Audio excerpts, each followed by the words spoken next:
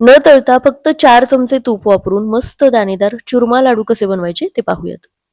कमी तुपाचा वापर करून सुद्धा आणि न तळता सुद्धा मस्त दाणेदार बनतात आणि चवीला सुद्धा अतिशय छान बनतात. तर त्यासाठी 1 कप गव्हाच्या पिठामध्ये 4 चमचे बारीक रवा घेतला. बारीक रवा नसेल तर उपम्याचा रवा 2 ते 3 वेळा मिक्सरला फिरवून घेऊ शकता. यामध्ये पाव वाटी बेसन आणि 2 टेबलस्पून तूप घेतलेलं आहे. तुपामध्ये हे सगळं चांगलं चोळून घ्यायचं. थोडंसं यामध्ये बेसन वापरल्यामुळे लाडूला चव सुद्धा अतिशय छान आणि वेगळी येते. आता यामध्ये थोडं थोडं उकळून थंड झालेलं दूध घालायचं आणि घट्टसरच भिजवून घ्यायचं.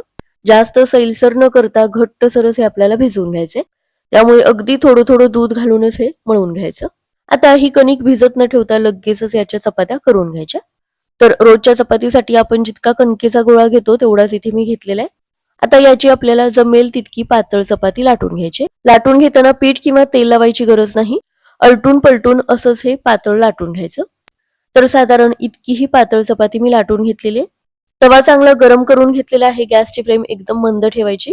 तव्याला चांगलं तूप लावून घेतलं आणि ही चपाती आपल्याला भाजून घ्यायची.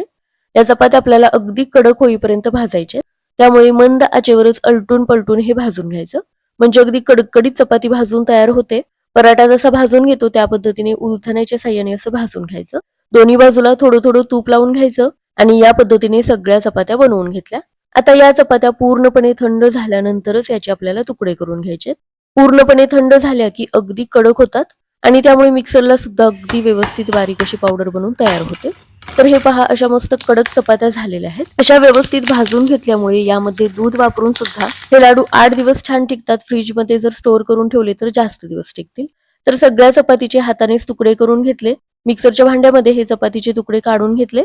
यामध्ये थोडीशी वेलची घातली. मिक्सरला 3 ते 4 वेळा फिरवून घेतलं आणि हे पहा, अशी मस्त दाणेदार अशी पावडर याची तयार झालेली आहे. आता यामध्ये सुकामेव्याचे काप घेतले. पिस्ता आणि बदामाचे काप मी इथे घेतलेले आहेत. छान हे मिक्स करून घेतलं. आता एका पॅन मध्ये 2 टेबलस्पून तूप घेतलेलं आहे. यामध्ये 1 वाटी बारीक चिरून घेतलेला गूळ घेतला किंवा ज्या वाटीने गव्हाचं पीठ मोजून घेतलेलं आहे त्याच वाटीने गूळ घ्यायचा. मंद आचेवरच सतत हलवत गूळ फक्त तुपामध्ये विरघळून घ्यायचे. कोणत्याही प्रकारचा पाक बनवायचा नाही. गूळ तुपामध्ये विरघळला की लगेचच या पिठावरती काढून घ्यायचा आणि चांगलं मिक्स करून घ्यायचं. पूर्णपणे थंड झाल्यानंतर हाताने चोळून घ्यायचं. म्हणजे गूळ आणि तूप सगळ्या पिठामध्ये चांगलं मिक्स होतं.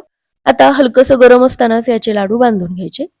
तर न तळता आणि कमी तुपाचा वापर करून असे मस्त हे चुरमा लाडू बनून तयार झालेले आहेत. आतून मस्त दाणेदार बनतात आणि चवीला सुद्धा अतिशय छान लागतात. तळून न घेतल्यामुळे हे लाडू बनवण्यासाठी वेळ सुद्धा कमी लागतो. तर नैवेद्यासाठी हे लाडू नक्की बनवून पहा.